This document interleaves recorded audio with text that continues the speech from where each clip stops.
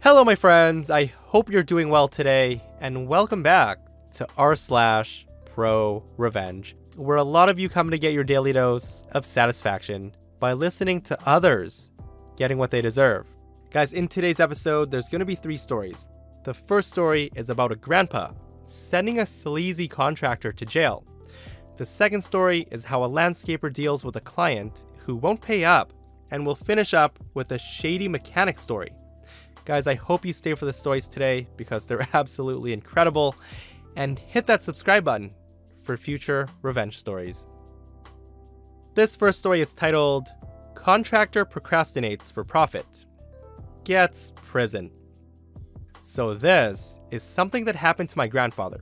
To understand him, he was a quality control engineer for a pretty major marketing firm, and he was a master of aggressively renegotiating deals. He was and is a strict taskmaster, not entitled or unreasonable, but if something went wrong, there would be hell to pay. So, he decided that he wanted to renovate his home. Take the moderately big 2-story house and add 2 new bedrooms and a master bath. He brings in a contractor and gets a quote, and they say, as part of the work, they'll need to completely refinish the front too. My grandfather agrees, and they start work. It's a serious effort, and winds up carving open the whole front of the house, and all sorts of madness. Things go well at first, the destruction goes smoothly. Then starts construction. At first, things were just slow going. Sluggish delivery from all sources, slow permits from the city, you get the idea. And then things get silly. It took them over 3 months to start and finish the plumbing. 4 months for the installation. My grandfather is paying for a lot of time and not a lot of work done. He's irritated about the speed, but besides making some noise, there's not really much to be done about it. And bit by bit, the house starts to come together. Then, as they're putting on the weatherproofing, an inspector comes in and puts a stop to the whole affair. The contractor had improperly filed the plans. Now, my grandfather is pretty furious by this point, but he keeps a cool enough head and starts asking what's going to be done about it with the contractor. The thinking was that they redraft the plans and send them out for reapproval. The contractor says he'll do it. And 5 months go by. The house is just sitting there. Fancy new framework is still hanging in the breeze. And then, all of a sudden, the contractor says he's pulling out. He had no idea the hell he'd just unleashed. My grandfather didn't just jump straight into suing him. Oh no, sir. He took his time before even getting a lawyer. He did his homework, tracked down every single client the guys had for the last 3 years, and did a deep dive on the books to figure out what the hell happened. It turns out that this wasn't an isolated incident, just the most egregious. As it happens, this contractor had a penchant for screwing people over, turning minor renovation jobs into complete dumpster fires. His modus operandi was to file the changes with the city, make a private second set of plans, start making things based off the second set, intentionally let the city halt the construction, then restart the project on a 3rd draft. After talking to some other customers, he and 8 other victims collectively filed charges against him. They annihilated the guy.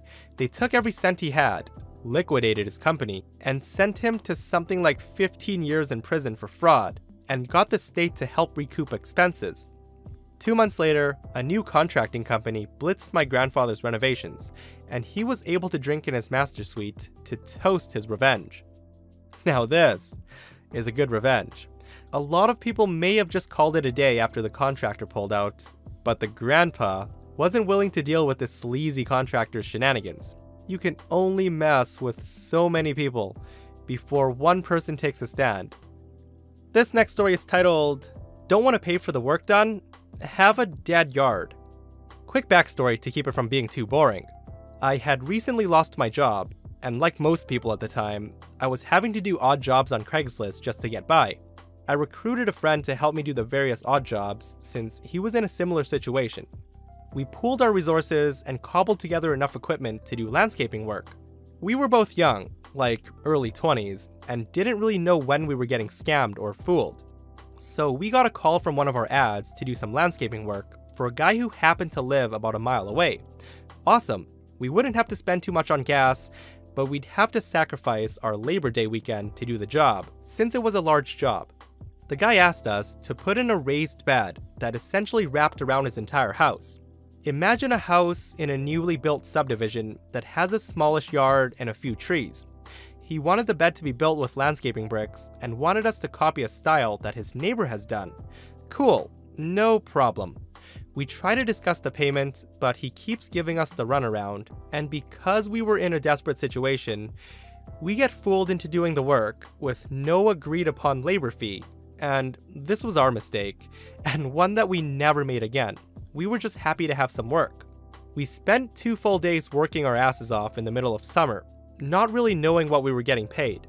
We were using our tools, truck, and time grinding away, but we kept wondering why this guy was acting so shady. Finally, on day 3, near the end of the day, I'm fed up with the runaround and knock on the door and confront the guy about payment. He starts getting all aggressive and starts threatening us with non-payment, which immediately escalates the situation. I grab my friend and bring him into the argument. After about 30 minutes of arguing, the guy decides he will pay us $70 for the work. Yeah, $70 to split between us after 3 days of labor. We loaded up our truck with tools, then waited for the guy to come out with our cash. This guy comes out with a huge wad of cash, but proceeds to only count $70 in front of us. We collect our money and grab our last item, a tarp. We had been using a really large tarp to put the weeds, grass, and extra dirt on to make our lives easier, since we didn't have a wheelbarrow at the time. The accumulated mound on this thing must have been 4 feet high. We drag it into the middle of his front yard and dump the tarp. This is the first screw you.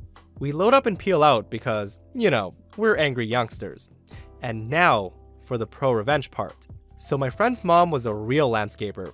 She heard our story and offered up some excellent revenge advice.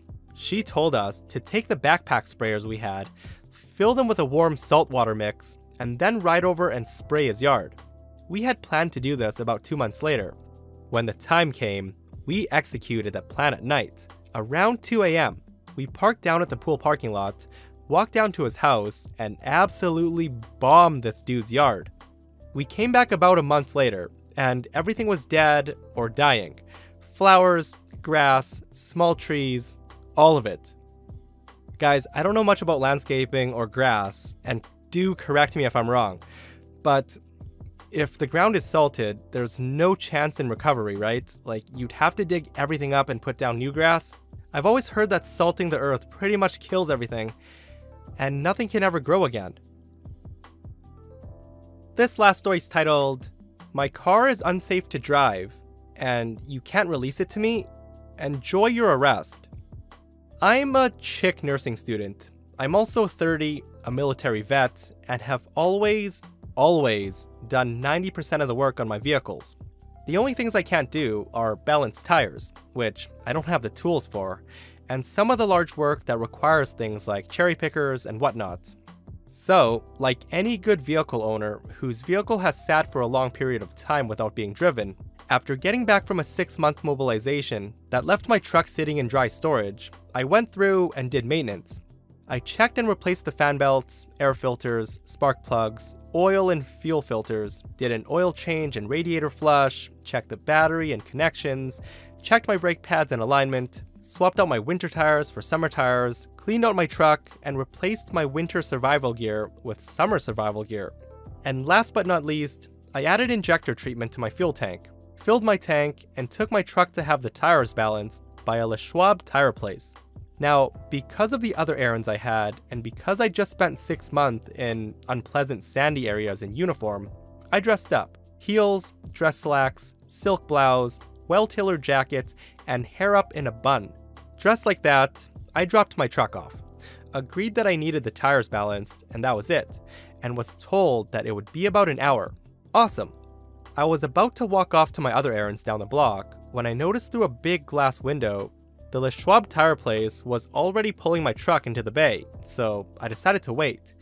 And being the interested person I am, I watch as 2 guys started to pull the tires off my truck, and a third, the man who had taken my keys and agreed that I was only asking for my tires to be balanced, sat in the driver's seat, jotting down notes on a little notepad. After about 10 minutes, the third guy with the notepad came back inside and walked over to me and explained that during his free assessment of my vehicle, he found a lot of safety issues that needed to be corrected. I asked him, like what? He responded, well, it's like this, and proceeded to rattle off a list of 10 or 12 items from his notepad that he had noticed in his free assessment. He told me the fan belt needs to be replaced, it's overdue for an oil change and radiator flush, the fuel and oil filters are shot and have to be replaced, the brake pads are shot and have to be replaced, and the alignment is totally out of whack and ruined my tires, which also now have to be replaced instead of just balanced. Everything on his list were things that I had checked or replaced, and he ended with this. I'm really sorry, miss, but your vehicle is one big safety problem. I can't release it to you to drive in the condition that it's currently in. Keep in mind that not only had I just done all the work, but he never once opened the hood of my truck. You can't look at the majority of what I've listed here without opening the hood of the vehicle. After a moment of consideration, I asked him how much he thought it would take to make it quote-unquote roadworthy. He screwed up his face and did some math in his little notebook. He says, a rough estimate? About $3,700, but it could cost more because your vehicle is technically an import, and the parts can be hard to find. I then asked to speak with the manager and was told that the manager was out for the day. I then responded with, so you're telling me that unless I get $3,700 worth of work done on my vehicle, you can't release the vehicle to me, the rightful owner, because it isn't safe or roadworthy? He says, yes.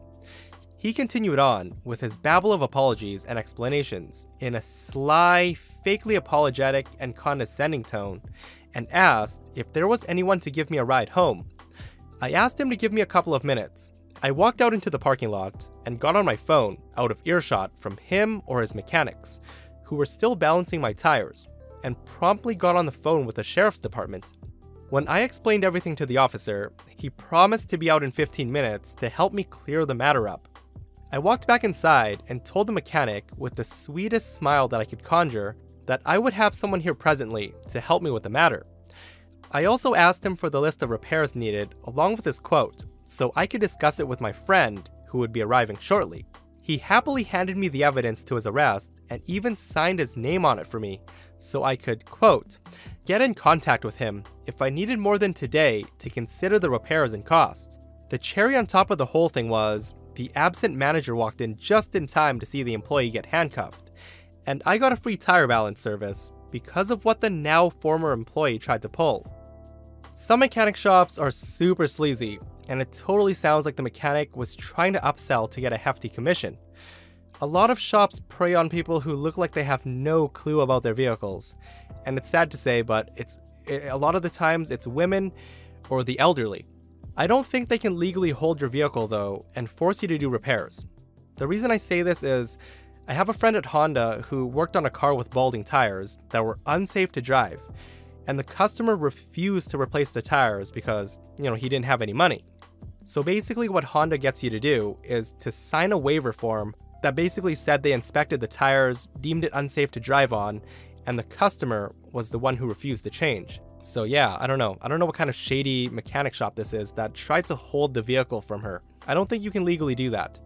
And that's it for this episode of r/ProRevenge. If you didn't catch the last episode of r/ProRevenge, OP's boss slams her leg in a door, and she decides to take down his business. It's a really good tale. So if you haven't heard it, click the video right now. I hope you guys got your revenge fix for the day, and I'll see you guys in the next one.